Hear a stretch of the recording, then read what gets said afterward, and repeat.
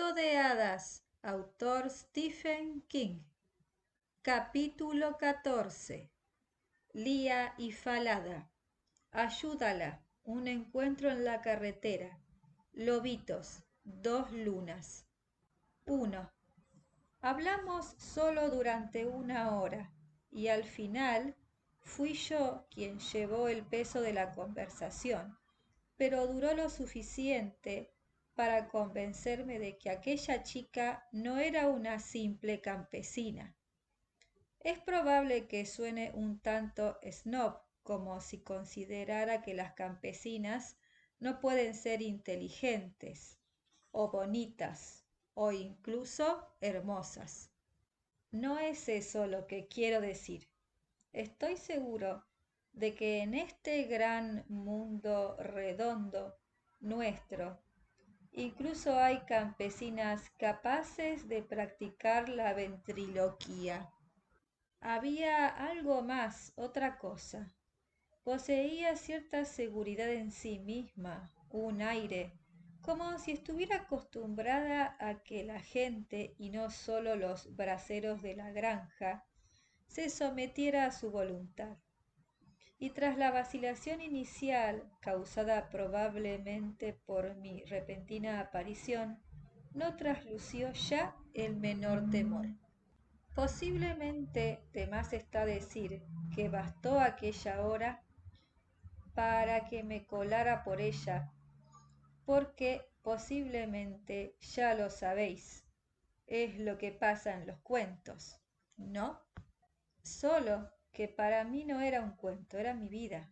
Parecía también una de esas cosas que solo le pasaban a Charlie Reed. Prendarse de una chica que era mayor que él y a la que para colmo nunca podría besar, aunque con mucho gusto habría besado la cicatriz allí donde la tenía, lo que os dará una idea de lo colgado que estaba. Otra cosa que supe fue que, con o sin boca, ella no estaba destinada a personas como yo. Era más que una chica dando de comer a unas ocas, mucho más. Aparte de todo eso, ¿qué romanticismo puede haber cuando la chica guapa tiene que hablar con el Romeo enamorado a través de una yegua? Pero eso es lo que hicimos. 2. Cerca del huerto había una pérgola. Nos sentamos dentro a una pequeña mesa redonda. Del maizal salieron un par de braceros cargados con grandes cestos camino del establo, así que deduje que en ese mundo era verano en lugar de principios de octubre. La yegua pasía a corta distancia. Una chica gris de cara muy deforme trajo una bandeja y la dejó. En ella había 2 servilletas de tela, un vaso y 2 jarras, una grande y la otra del tamaño de esas jarritas de leche que ponen en las cafeterías. La grande contenía lo que parecía limonada. La pequeña contenía un emplasto amarillo que podría haber sido puré de calabaza. La chica de las ocas me indicó que me sirviera de la jarra grande y bebiera. Eso hice con cierta vergüenza, porque tenía una boca con la que beber. Muy buena, dije, y así era, justo la proporción idónea de dulzor y acidez. La chica gris seguía de pie junto al hombro de la chica de las ocas. Señaló el emplasto amarillo de la jarra pequeña. La chica de las ocas asintió, pero ensanchó las aletas de la nariz en un suspiro y la cicatriz que debería haber sido una boca se curvó un poco hacia abajo. La sirvienta se sacó un tubo de cristal del bolsillo de un vestido tan gris como su piel.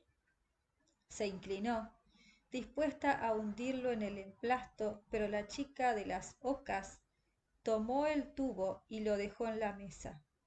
Alzó la vista hacia la sirvienta, movió la cabeza en un gesto de asentimiento y juntó las manos como en un namasté. La muchacha devolvió el gesto y se marchó. A continuación, la chica de las ocas llamó a la yegua con una palmada. El animal se acercó y pasó la cabeza por encima de la barandilla entre nosotros, masticando aún el último bocado. Me llamo Falada, dijo la yegua, aunque no movió la boca como la mueven las marionetas sentadas en la rodilla del ventrílocuo. Sencillamente siguió masticando. Yo no entendía por qué la chica mantenía esa comedia de la proyección de la voz. Mi ama es Lía. Más tarde, gracias a Dora, supe cómo se escribía el nombre, pero lo que yo oí en ese momento fue Leia, como en la Guerra de las Galaxias. Le vi cierta lógica después de todo lo que había ocurrido. Yo había conocido ya a una versión del Rumpelstiltskin y a una anciana que no vivía dentro de un zapato, sino debajo de un zapato, que hacía las veces de cartel. Yo mismo era una versión de Jack, el niño de las habichuelas. ¿Y no es acaso la Guerra de las Galaxias otro cuento de hadas, aunque con unos efectos especiales increíbles? Encantado de conoceros a las dos, dije. De todas las cosas extrañas que me habían pasado aquel día, aún me esperaban cosas más extrañas. Aquella era en muchos sentidos la más extraña, o quizá debería decir la más surrealista. No sabía cuál de ellas mirar, y acabé girando la cabeza de un lado a otro, como quien asiste a un partido de tenis. ¿Te envía a Adrian? Sí, pero yo lo conocía como Howard. Fui Adrian antes. ¿Cuándo lo visteis por última vez? Lía se detuvo a pensarlo, juntando las cejas. Incluso ceñuda era hermosa. Procuraré reprimir esta clase de observaciones de aquí en adelante, pero me costará. Luego alzó la vista. Yo era mucho más joven, dijo Falada. Adrian también era más joven. Lo acompañaba una perra poco más que una cachorra. Brincaba de aquí para allá. Tenía un nombre raro. Radar. Eso. Lía asintió. La yegua se limitó a seguir masticando sin mostrar el menor interés en nada de todo aquello. ¿Ha fallecido Adrian? Diría que así es, puesto que estás aquí con su cinturón y su arma. Sí. Descartó otra vuelta en el reloj de sol, pues, si fue así, demostró sensatez. Sí, así fue. Bebí un poco de limonada, dejé el vaso y me incliné al frente. He venido por Radar, ya es vieja y quiero llevarla a ese reloj de sol a ver si es posible. Reflexioné y me acordé de otro cuento de hadas, este de ciencia ficción, titulado La fuga de Logan, y ver si es posible renovarla. Tengo preguntas. Cuéntame tu historia, dijo Falada. Puede que después conteste a tus preguntas si lo tengo a bien. Hago aquí un alto para decir que yo obtuve cierta información sobre Lía por medio de Falada, pero ella obtuvo muchísima más sobre mí. Traslucía cierta actitud como si estuviera acostumbrada a ser obedecida, pero no por maldad o por alguna forma de intimidación. Hay personas refinadas, que parecen conscientes de que están obligados a ser amables y corteses, y se sienten doblemente obligadas si en realidad no lo están. Pero amables o no, suelen conseguir lo que quieren. Como me proponía estar de vuelta en casa de Dora antes de que oscureciera, no sabía qué podía salir de esos bosques de noche, me ceñí en esencia a mi misión. Le conté cómo había conocido al señor Bowditch, que había cuidado de él y que nos habíamos hecho amigos. Le hablé del oro y le expliqué que él por el momento tenía suficiente, pero a su debido tiempo quizá necesitara más para mantener en secreto el pozo que conducía a su mundo y evitar así que lo conociera la gente del mío, que podía hacer un uso equivocado. No me molesté en añadir que debía buscar una forma de convertir el oro en dinero una vez que el señor Heinrich había muerto, porque más adelante, dentro de unos años, habrá impuestos que pagar y son muy altos. ¿Sabes qué son los impuestos? Sí, claro, dijo Falada. Pero ahora mismo es Radar quien me preocupa. El reloj de sol está en la ciudad, ¿no? Sí, si vas allí, debes ser muy sigiloso y seguir las marcas de Adrian. Y nunca, nunca debes ir de noche. Eres una persona entera. ¿Una persona entera?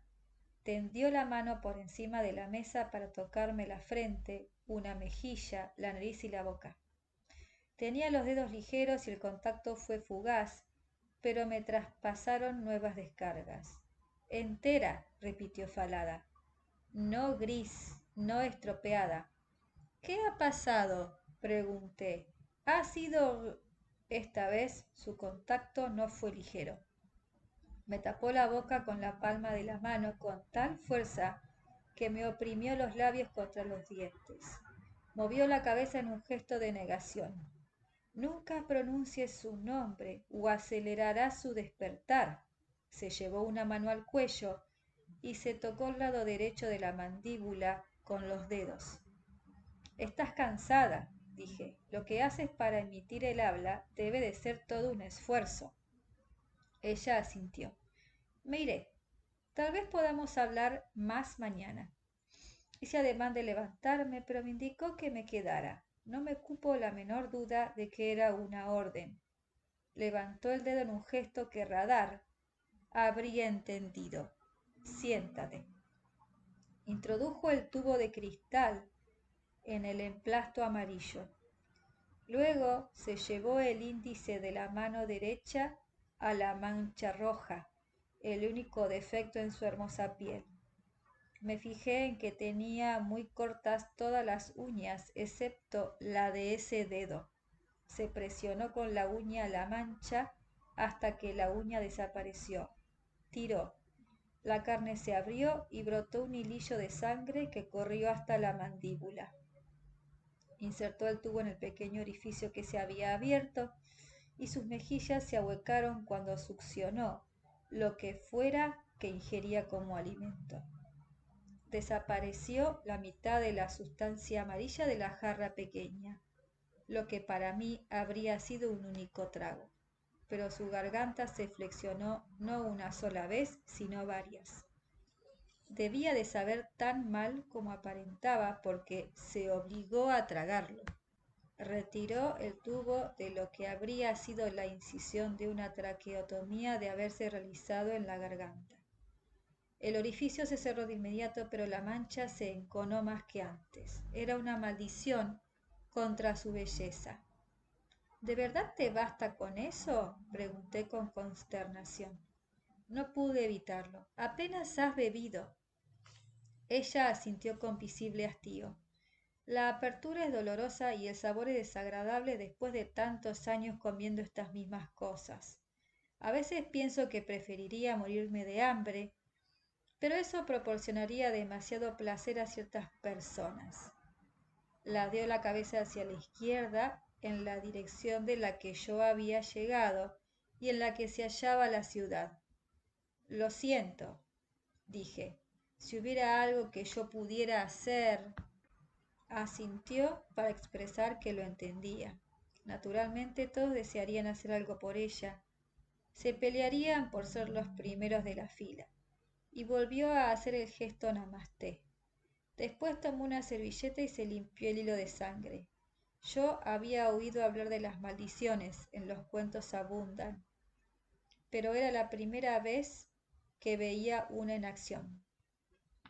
Sigue sus marcas, dijo Falada.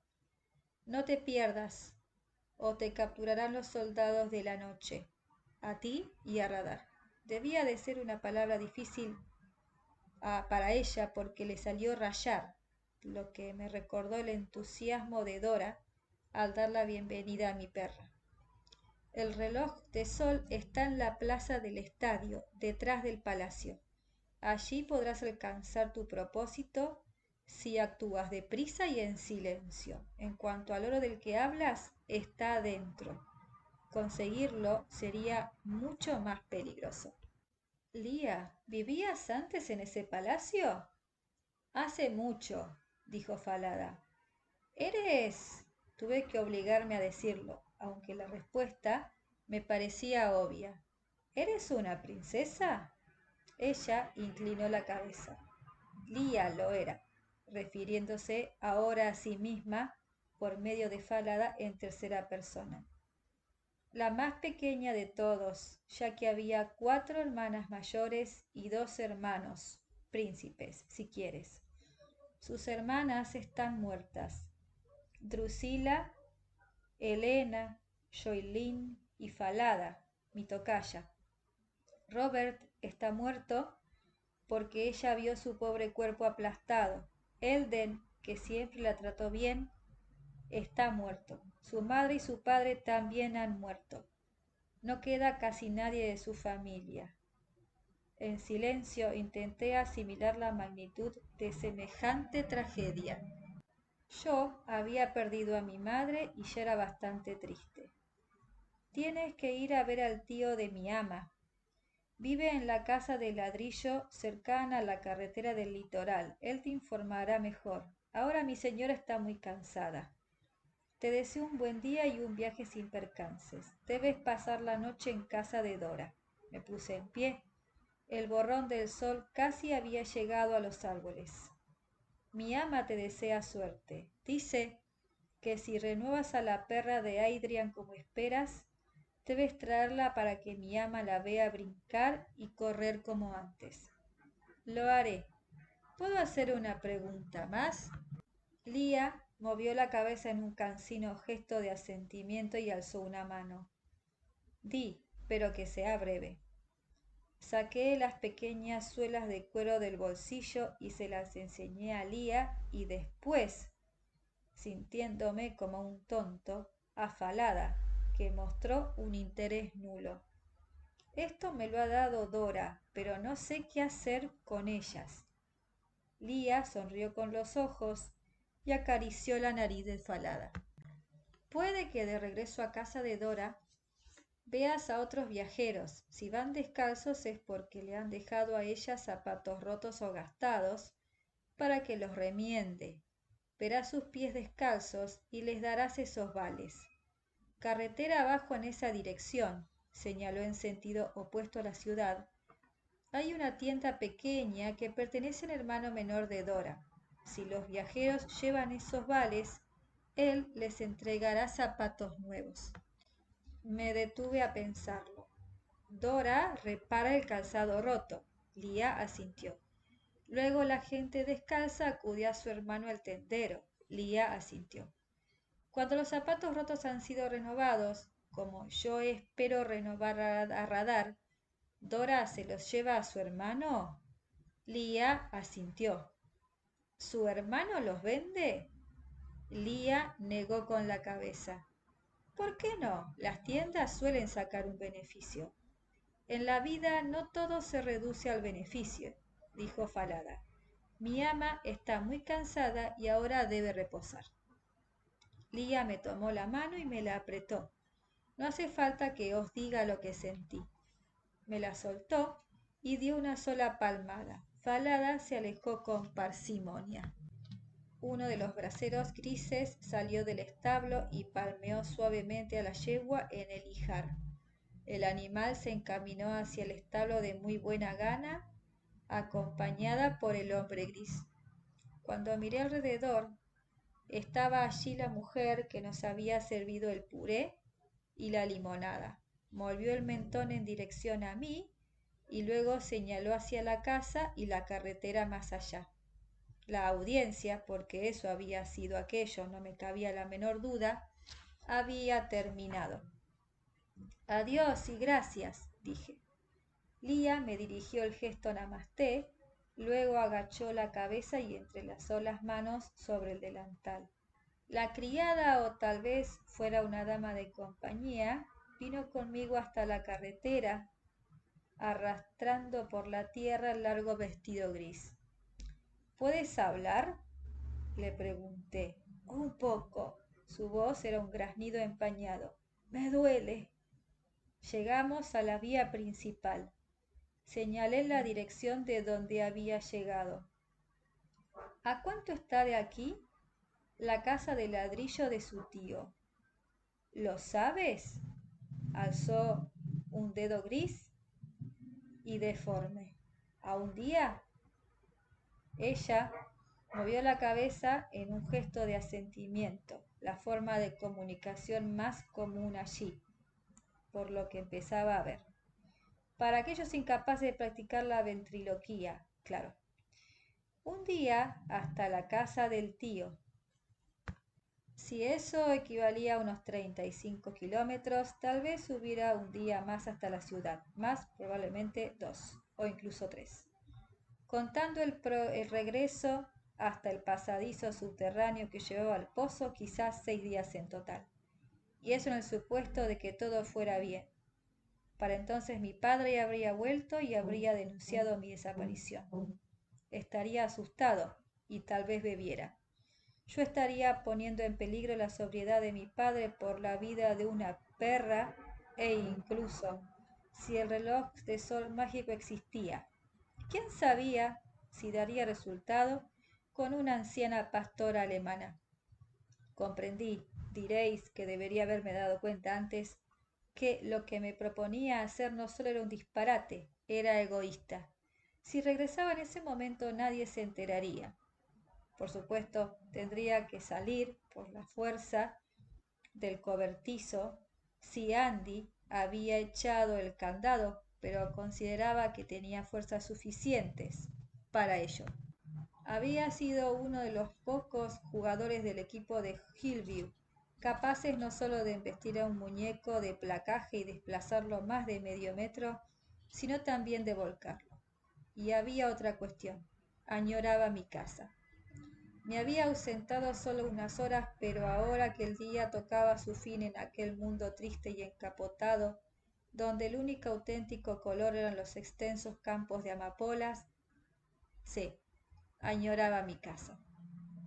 Decidí recoger a radar y volver, replantearme mis opciones, tratar de concebir un plan mejor, uno que me permitiera ausentarme una semana o incluso 2, sin que nadie se preocupara. Ignoraba cuál podía ser ese plan, y creo que en el fondo de mi alma, en ese armario oscuro y pequeño donde guardamos los secretos que intentamos ocultarnos a nosotros mismos, sabía que seguiría postergándolo hasta que Radar muriese, pero eso era lo que pretendía hacer. Hasta que la criada gris me tomó del codo, claro, por lo que pude ver en lo que le quedaba de cara, le daba miedo tocarme. Aún así, me agarró con firmeza. Tiró de mí hacia ella, se puso de puntillas y con su doloroso graznido me susurró: ¡Ayúdala! 3. Regresé lentamente a la casa de los zapatos de Dora, sin apenas darme cuenta de que la luz del día declinaba. Estaba pensando en cómo Lía, en quien por entonces pensaba aún como Leia, se había abierto la mancha junto a lo que había sido su boca, cómo le había sangrado, cómo debía de dolerle, y pese a ello lo hacía porque el emplasto era lo único que podía ingerir para seguir con vida. ¿Cuándo había comido por última vez una mazorca de maíz o un tallo de apio o un cuenco de sabroso estofado de conejo de Dora? Carecía ya de boca cuando Radar era cachorra y retozaba alrededor de una falada mucho más joven. Era la belleza que conservaba a pesar de lo que debía de ser una desnutrición extrema, una especie de broma cruel. Recaía en ella la maldición de parecer guapa y saludable, pese a padecer hambre constantemente. Ayúdala. ¿Era eso posible? En un cuento de hadas lo sería. Recordé que mi madre me leía Rapunzel cuando yo no tenía más de 5 años. Era un recuerdo vívido por el final del cuento, una crueldad atroz que se revierte gracias al amor. Una bruja mala castigaba al príncipe que rescató a Rapunzel cegándolo. Recordaba con claridad una ilustración del pobre desdichado vagando por el lóbrego bosque con los brazos extendidos para detectar a tientas los obstáculos. Finalmente se reunía con Rapunzel y las lágrimas de ella le devolvían la vista. ¿Existía alguna forma de que yo pudiera devolverle la boca a Lía? No derramando lágrimas en ella, claro, pero quizás si hubiera algo que yo podía hacer en un mundo donde montarse en un gran reloj de sol en retroceso podía quitarte años. Todo era posible. Además, dadme a un adolescente saludable que no quiera ser el héroe del relato, el que ayude a la chica guapa, y yo demostraré que esa persona no existe. En cuanto a la posibilidad de que mi padre pudiera volver a beber, Lindy me dijo una vez una cosa. No puedes atribuirte el mérito de que vuelva a estar sobrio, porque eso lo ha conseguido él. Y si vuelve a beber, no puedes culparte, porque también será obra suya. Estaba mirándome los zapatos, absorto en estas reflexiones, cuando oí el chirrido de unas ruedas. Alcé la vista y vi una carreta pequeña y destartalada que iba hacia mí, tirada por un caballo tan viejo que a su lado, Falada, era la viva imagen de la salud y la juventud. Contenía unos cuantos fardos y en el más grande había posada una gallina.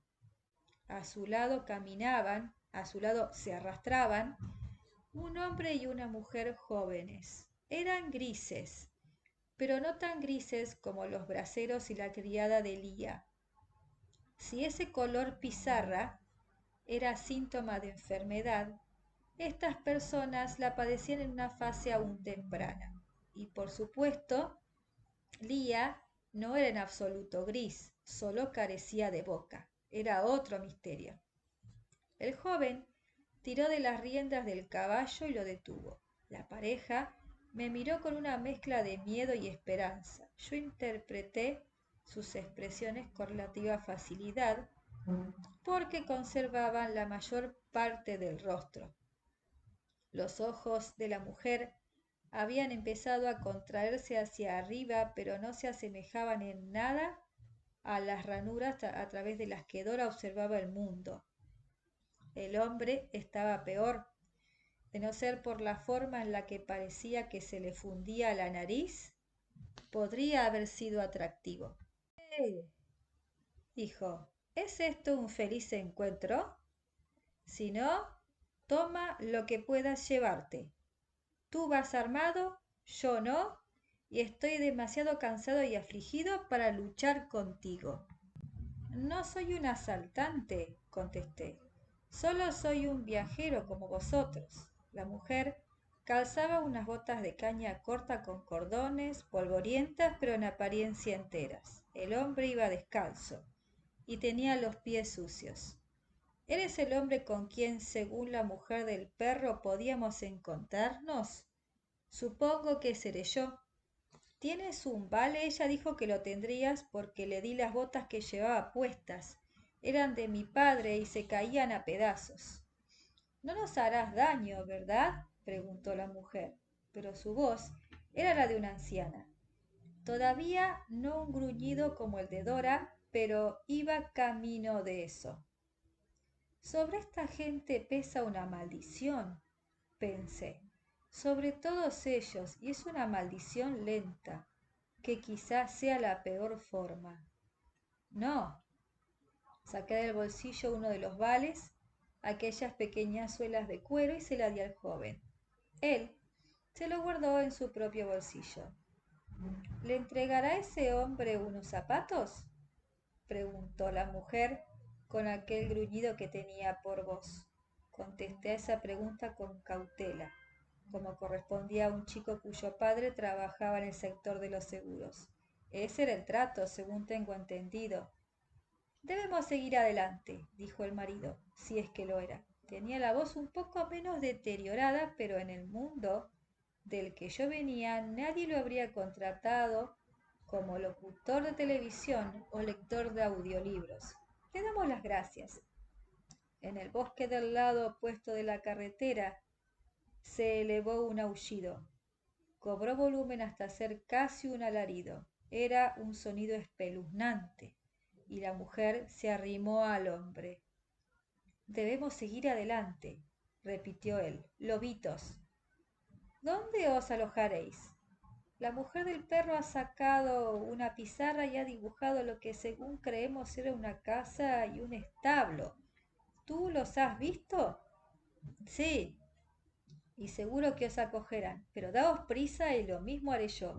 No creo que estar en la carretera cuando anochezca sea guay, fue lo que me vino a la cabeza, pero no pude decirlo.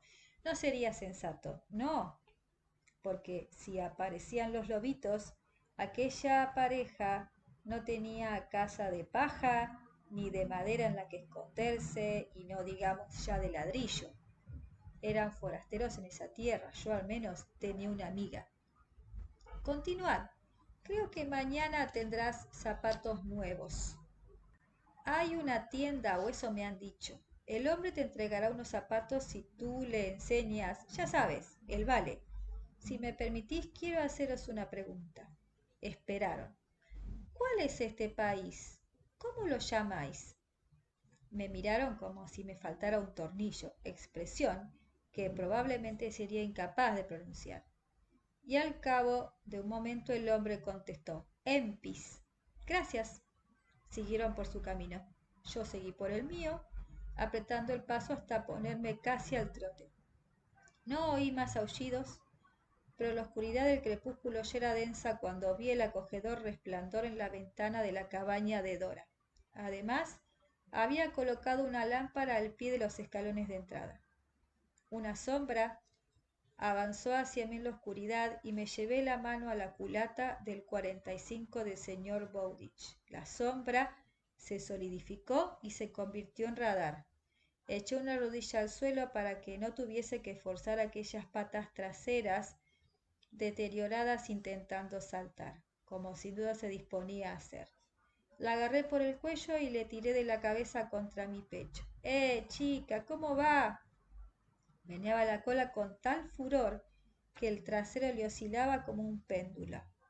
¿Iba yo a dejarla morir si podía hacer algo al respecto? Ni de coña.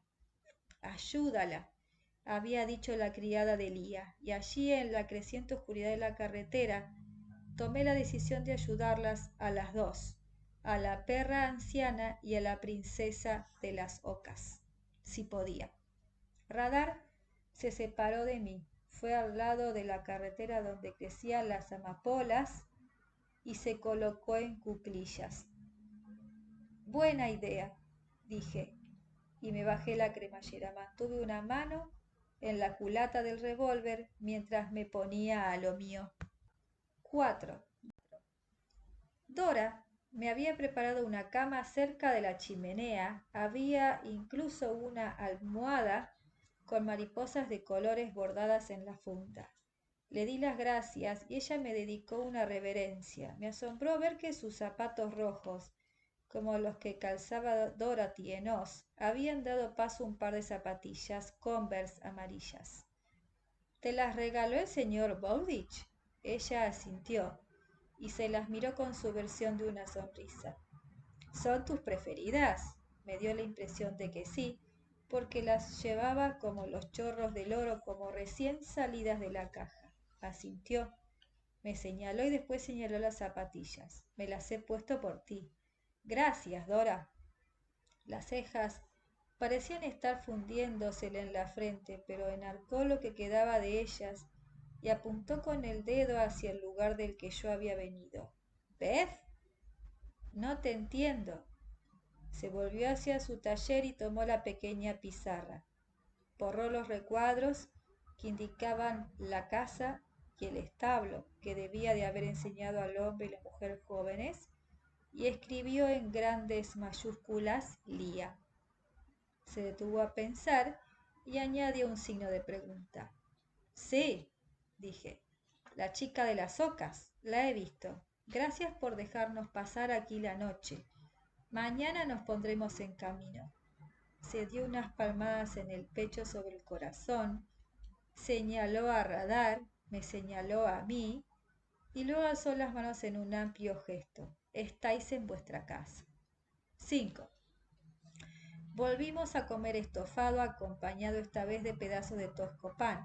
Tosco pero delicioso. Cenamos a la luz de las velas y Radar tuvo su ración. Antes de que la engullera, saqué el frasco de pastillas de la mochila y hundí 2 en la salsa. Luego, pensando en la larga distancia que tendríamos que recorrer, añadí una tercera. No podía quitarme de la cabeza la idea de que al dárselas desnudaba a un santo para vestir a otro. Dora las señaló y ladeó la cabeza. En teoría la ayudan. Tenemos un largo camino que recorrer y ya no es tan fuerte como antes. Ella se cree que sí, pero no lo es. Cuando se acaben, supongo. Del otro lado de la carretera llegó otro de aquellos interminables aullidos. Se le sumó un segundo, luego un tercero. Eran extraordinariamente sonoros y se elevaban hasta convertirse en gritos, ante los que me entraban ganas de hacer chirriar los dientes. Radar levantó la cabeza, pero no ladró. Solo emitió un leve gruñido que salió de las profundidades de su pecho.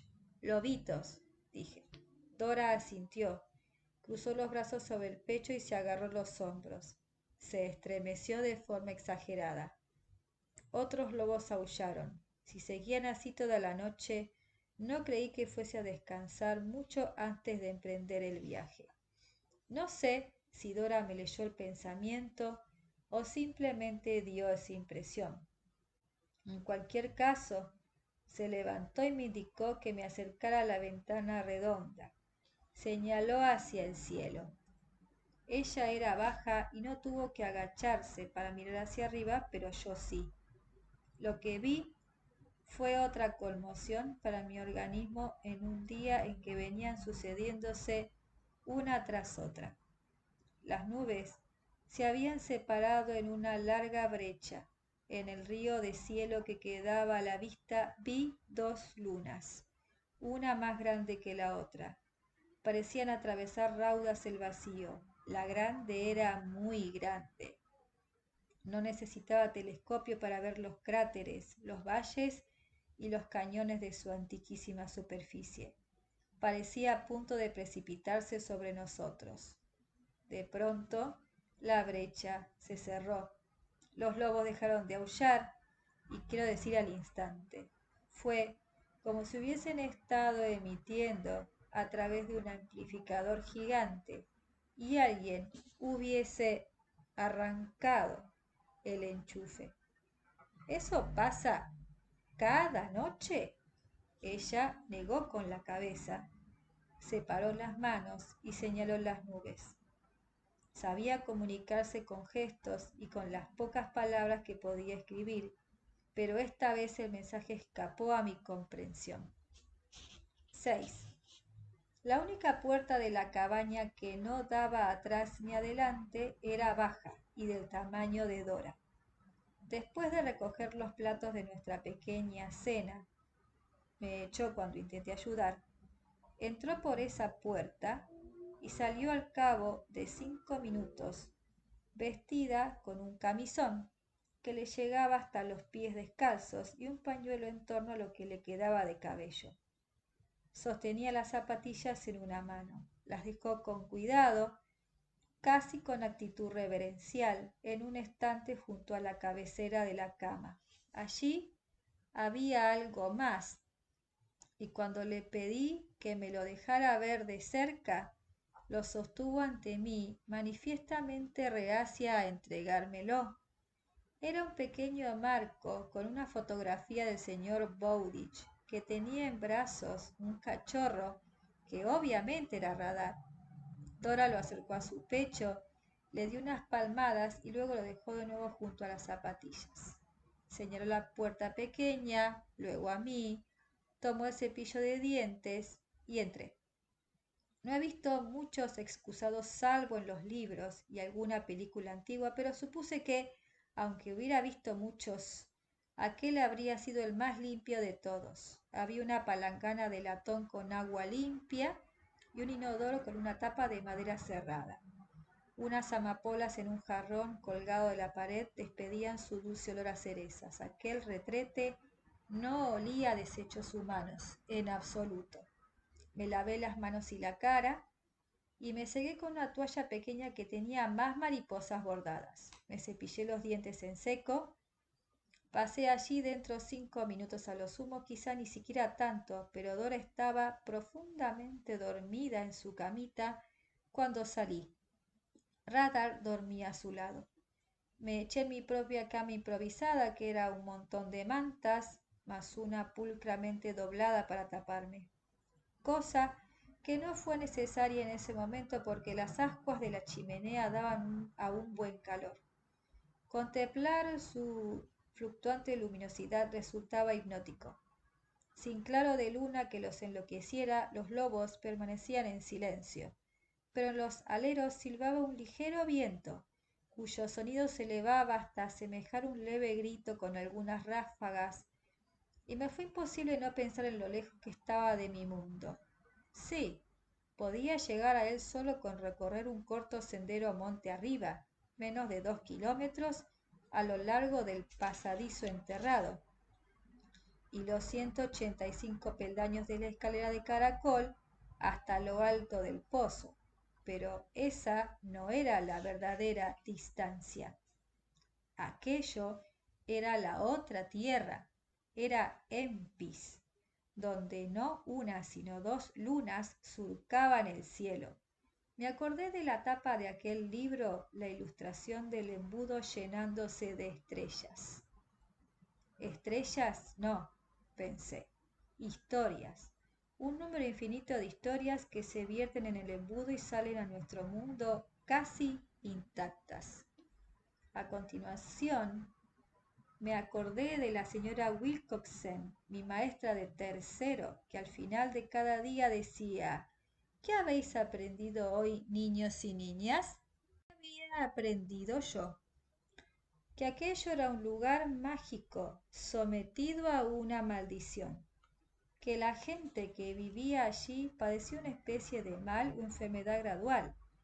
Creí entender ya por qué el cartel de Dora, el que había escrito el señor Bowditch por ella, solo mostraba el poema sobre los zapatos en el lado orientado hacia la ciudad abandonada. Era porque la gente provenía de allí. No sabía cuánta gente regresaba, pero el lado en blanco del letrero inducía a pensar que eran pocos, o ninguno. Si daba por sentado que el borrón del sol oculto tras las nubes se ponía por el oeste, el hombre y la mujer jóvenes con los que me había cruzado, más todas las demás personas participantes en el programa de intercambio de zapatos organizado por Dora y su hermano, procedían del norte. ¿Eran evacuadas desde el norte? ¿Se trataba de una maldición en expansión? ¿Quizá incluso alguna forma de radiación originada en la ciudad? No disponía ni remotamente de la información necesaria para estar seguro de que así era, o siquiera medio seguro. Pero en todo caso se trataba de una perspectiva desagradable, porque me proponía ir con radar en esa dirección. ¿Empezaría a volverse gris mi piel? ¿Empezaría a reducirse el registro de mi voz y parecerse al gruñido de Dora y la dama de compañía de Lía? El señor Bowditch no tenía ningún problema, ni en la piel ni en la voz, pero quizá esa parte de Empis no estaba en peligro, o apenas lo estaba cuando él la había visitado. Quizá esto, quizá aquello. Supuse que si empezaba a observar cambios en mi persona, podía dar media vuelta y salir por piernas. Ayúdala. Eso era lo que me había susurrado la criada gris. Creía conocer una manera de ayudar a Radar, pero ¿cómo iba a ayudar a una princesa sin boca? En un cuento el príncipe encontraría la forma de hacerlo. Casi con toda seguridad sería algo inverosímil, como el hecho de que resultase que las lágrimas de Rapunzel tenían propiedades mágicas para devolver la vista, pero grato para los lectores que deseaban un final feliz, aunque el narrador tuviera que sacárselo de la manga. En cualquier caso, yo no era un príncipe, sino solo un estudiante de instituto que había encontrado el acceso a otra realidad y no tenía ideas. Las ascuas creaban su propia magia. Cobraban intensidad cuando el viento se arremolinaba chimenea abajo. Se amortecían cuando las ráfagas cesaban. Mientras las contemplaba tuve la impresión de que cada vez me pesaban más los párpados. Me dormí. En algún momento de la noche Radar cruzó la sala y se tumbó a mi lado. Por la mañana el fuego se había apagado, pero yo conservaba caliente el costado contra el que yacía ella. Esta historia continuará. Los espero en el próximo capítulo.